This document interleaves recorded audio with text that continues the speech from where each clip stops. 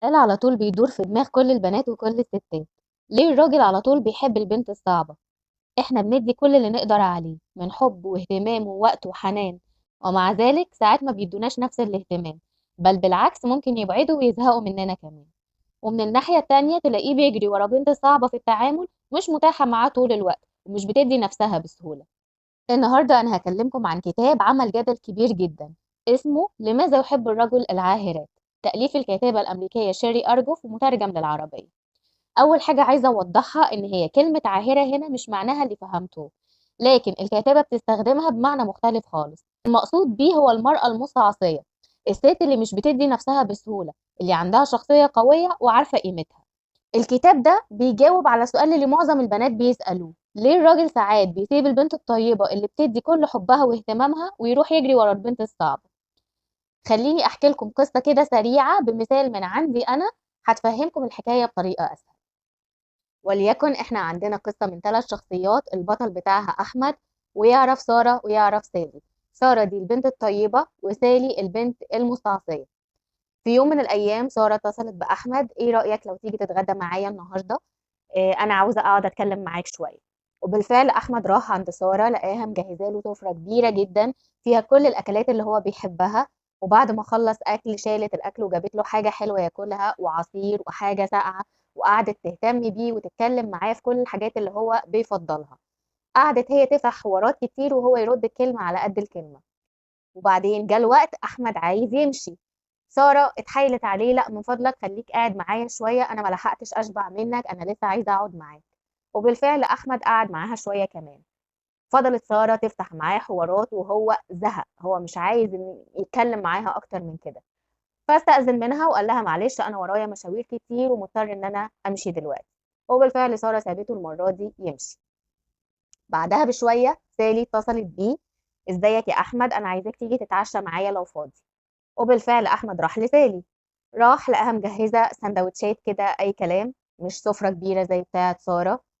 اكلوا، هي بتاكل معاه، كانت قاعده على اللابتوب بتاعها بتتصفح موضوعات هي بتفضلها وبتحبها. ما كانتش عاطياله اهتمام جامد قوي. قعد معاها شويه، حبه راحت قالت له: انا ميعاد نومي جه، يا ريت لو تتفضل بقى تروح، علشان كده خلاص انا مش هقدر اقعد معاك اكتر من كده. وبالفعل احمد قام واتكل على الله وروح بيته. روح البيت لقى 30 اتصال. تفتكروا هيكون من سارة ولا من سالي؟ أكيد الاتصالات دي كلها من سارة. طب تفتكروا إن هو هيرجع يتصل بسارة؟ العكس هو اللي حصل، هو راح اتصل بسالي يطمن عليها: عاملة إيه دلوقتي؟ أنا من ساعة ما روحت وأنا قلقان عليكي، كنت حابب إن أنا أتكلم معاكي وأقعد معاكي أكتر من كده، لكن أنت عشان كان وقتك مشغول معرفتش أقعد وأتكلم معاكي كل الكلام اللي أنا كنت عايزة أقوله. طبعا في الحالة اللي قدامنا دي سارة زي أي بنت طيبة بتقعد تدي اهتمام ووقت وطاقة، وكل اللي تقدر عليه تديه بتديه، وفي الآخر مش بتتعامل بالطريقة اللي هي عايزاها. على العكس البنت التانية المستعصية، اللي هي بتدي وقت لنفسها، اللي مش بتفضل الإنسان اللي قدامها أكتر منها هي، لا هي مخلية نفسها رقم واحد. لما هي بتعوز حاجة بتعملها، ولما ما بتعوزهاش خلاص بتستغنى عنها. هي اللي بتتعامل بالمعاملة الكويسة. بعد القصة دي تعالوا نكمل الكتاب بتاعنا ونشوف الكاتبة كانت عايزة تقول لنا ايه فيه. الكاتبة بتقول: البنت اللي بتدي كل حاجة حبها ووقتها وتضحياتها ساعات الراجل بيشوفها سهلة، مش بيحس ان هو بيكسبها، بالعكس بيحس انها متاحة له طول الوقت، وده بيخليه يبعد حتى لو هي اطيب واحدة في الدنيا. زي بنت طول الوقت متاحة على الموبايل، بترد في ثانية، بتلغي اي حاجة علشان تشوفه، هو هيحس انها مشغولة بيه زيادة عن اللزوم ومش هيقدر ده. الراجل بطبعه بيحب التحدي، عقلية الراجل مختلفة عن البنت، بطبعه صياد، عايز يحس انه سعى وتعب علشان يكسبك. البنت المستعصية مش معناها انها قاسية، لكن عندها حدود. زي مثلا لما يبعتلك في وقت متأخر وتردي عليه عادي، بتحسي ان هو مش مقدر. لكن لو عرف ان انت عندك جدولك وحياتك، هيبدأ هو يحترم وقتك ويشوفك مختلف. خلي عندك عالمك الخاص. شيري أرجف بتأكد: ما تعيشيش حياتك كلها علشانه هو، لازم يبقى عندك شغلك، صحابك، هواياتك. الراجل لما يحس انك مشغولة ومليانة بحياتك، هيرجع هو اللي يسعى علشان يدخل فيها. لو كل وقتك متفرغه له، هيحس انك بتستنيه، ولما تبقي مضمونة اللعبة خلاص خلصت. ما تديش تنازلات من غير مقابل. لو انت دايما اللي بتضحي وبتتنازلي علشان العلاقة تستمر، الراجل مش هيقدر ده. العلاقة الصح بتبقى مبنية على الأخذ والعطاء، لو اتعود إنك تلغي خططك علشانه في الآخر مش هيشوفها مجاملة، هيشوفها عادة ومش هيشكرك عليها. القوة في البساطة والوضوح. الكاتبة بتقول ما تلعبيش دور الضحية ولا تعيشي في دور المعاناة. كوني واضحة وصريحة، لكن في نفس الوقت خليكي خفيفة ومش نكدية. زي مثلا بدل ما تقولي انت عمرك ما بتتصل بيا، قولي انا بحبك لما بتتصل بيا، بحس اني على بالك. الغموض بيشد الراجل. الراجل بيتشد للست اللي مش فاهمها 100%، اللي عندها أسرارها، مش بتحكي كل حاجة مرة واحدة. وده على فكرة مش تمثيل، ده لازم يبقى جزء من شخصيتك المستقلة. التوازن بين الحب والكرامة.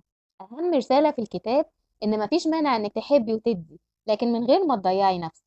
الحب مش معناه إنك تدوبي وتنسي شخصيتك. الحب الصح يخليكي أحسن مش أضعف. الكتابة بتقول خليكي حنونة لكن مش ضعيفة. الست المستعصية مش معناها إنها تبقى حجر ولا تبقى جامدة طول الوقت. هي ست عندها أنوثة وطيبة وبتدي حب، لكن الفرق إنها مش بتمسح نفسها. يعني لما بتحس إنه قلل منها أو استهان بيها بتوقفه عند حده. زي لو عمل حاجة زعلتك، ما تسكتيش وتعيشي في الدور. قوليله بهدوء الكلام ده ضايقني ومش هسمح إنه يتكرر تاني. هنا انتي بتوريه إنك بتحبيه لكن بتحترمي نفسك أكتر. اوعي تعيشي في دور المطاردة. واحدة من أهم قواعد الكتاب إن الراجل بطبعه هو اللي بيحب يطارد مش العكس.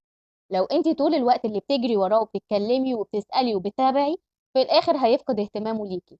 لكن لما تسيبيه هو اللي يشتاق، هو اللي يجي، هيفضل متعلق بيكي. زي لو بعتلك رسالة مش لازم تردي في نفس الثانية. عادي لو ردك اتأخر عليه شوية، طبيعي عشان انتي كنتي مشغولة. وده مش لعب ولا تمثيل، ده معناه ان انتي عندك حياة حقيقية. خدي بالك كويس جدا من لغة جسدك. الكتاب بيقول إن الراجل ساعات بيتأثر أكتر بلغة جسد الست من كلامها.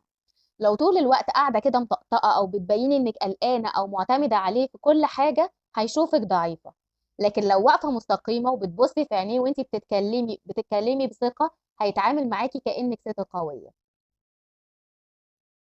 الاستقلال المادي والنفسي. الست اللي معتمدة على الراجل في كل حاجة بتخليه يحس إنها عبء عليه. لكن المستقلة اللي عندها شغل أو طموح أو مصدر دخل حتى لو صغير، بيشوفها غالية. زي مثلا إنك مش لازم تكوني مليونيرة، لكن مجرد إن عندك هدف وشغل بتشتغليه بيخليه يحترمك أكتر. الكتاب بيقول ما تخافيش من كلمة لأ. بيأكد إن كلمة لأ هي أكتر كلمة بتخلي الراجل يحترمك. لما يطلب حاجة مش مناسبة ليكي وتوافقي غصب عنك بتخسري احترامه. لكن لما تقولي لأ بأدب بيشوف إن أنت عندك شخصية مش بتتنازلي عن مبادئك. الراجل بيعشق الست اللي مشغولة بنفسها. البنت اللي طول الوقت مركزة فيه هو بتخليه يحس إنه محور حياتها، وده بيزهقه. لكن لما يشوفك مهتمة بشكلك، بصحتك، بأهدافك، بتطوري من نفسك، بيحس إنك ست مختلفة وبيفضل إنه يفضل معاك. خليكي غموض زائد وضوح. الكلمة شكلها متناقض بس هي معادلة. غموض بمعنى إنك مش بتحكي كل حاجة مرة واحدة، ووضوح بمعنى إنك لما تتكلمي معاه تكوني صريحة مش بتلفي وتدوري. الكتاب بيقول إن الغموض بيخلي الراجل ينجذب والوضوح بيخليه يحترم. ما تلعبيش معاه دور الأم. من أكتر الغلطات اللي البنات بتعملها إنهم يتعاملوا مع الراجل كأنه طفل، يسألوه كل دقيقة، ينصحوه، يراقبوه. الكتاب بيقول إن ده أكبر حاجة بتطفشه. هو عايز شريكة لحياته مش أم تربيه. ما تعيشيش في أوهام الحب. الكاتبة بتحذر من إننا نعيش في دور الأفلام اللي فيها كل حاجة رومانسية طول الوقت. الحب الحقيقي مش عبارة عن ورد وشموع وبس. الحب الحقيقي فيه مواقف، فيه احترام، فيه شراكة. لكن لو فضلتي عايشة في الوهم، هتدي كل حاجة فوق طاقتك وفي الآخر انت اللي هتنكسري. الراجل الصح مش هيتضايق من قوتك. ممكن الناس تقولك ان الراجل ما يحبش الست القوية، لازم تكوني معاه ضعيفة. لكن الحقيقة ان الراجل الصح بيحب الست القوية، لانها بتخليه عايز يكون اقوى منها. الراجل اللي بيخاف من قوتك ده اصلا ضعيف. وفي الآخر الكتاب عايز يوصل رسالة واحدة، إن الرجالة ما بيحبوش العاهرات بالمعنى المعروف. هما بيحبوا الست اللي عندها قيمة، اللي مش بترخص نفسها، اللي بتعرف تقول لأ واللي مشغولة بنفسها وبحياتها. الحب مش إنك تدي وتنسي نفسك. الحب إنك تحبي وتتحبي بنفس القدر. والست الغالية عمرها ما بتخسر، بالعكس، هي اللي بتكسب نفسها قبل ما تكسب أي راجل. أشوفكم في الحلقة الجاية.